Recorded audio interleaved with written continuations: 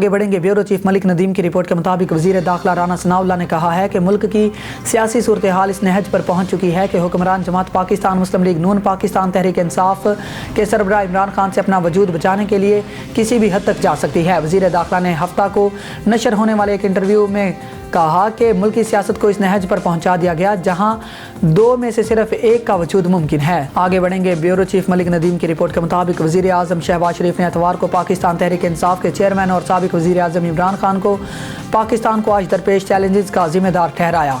एक ट्वीट में वज़ीर आज़म ने कहा कि इमरान नियाज़ी ने हमेशा से ही शानदार और बयानबाजी के बारे में रहा है। ये रिमार्क्स लाहौर में मीनार पाकिस्तान पर होने वाले पीटीआई के जलसे के एक रोज़ बाद सामने आए हैं, जिसमें पार्टी सरबराह ने मखलूत हुकूमत को तनकीद का निशाना बनाया था।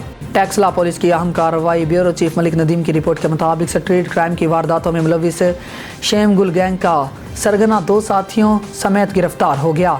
मसरूका रकम 1,05,000 रुपये, 5 मोबाइल फ़ोन, मोटरसाइकिल और वारदातों में इस्तेमाल होने वाला असलहा बरामद। गिरफ्तार मुलजिमान में गैंग का सरगना शेम गुल अफसर और इब्राहिम शामिल हैं।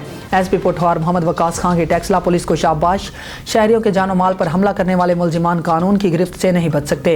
एसपी पोठवार मोहम्मद वकास खान की गुफ्तगू। आगे बढ़ेंगे। मलिक नदीम की रिपोर्ट के मुताबिक सदर जो बाइडन ने हफ्ते के रोज कांग्रेस को इस हफ्ते शाम में फ़िज़ाई हमले की इजाज़त देने के अपने फैसले के बारे में मतला किया, जिसके खिलाफ अमरीका ने कहा है कि ईरान से मुंसलिक तंसीबात हैं।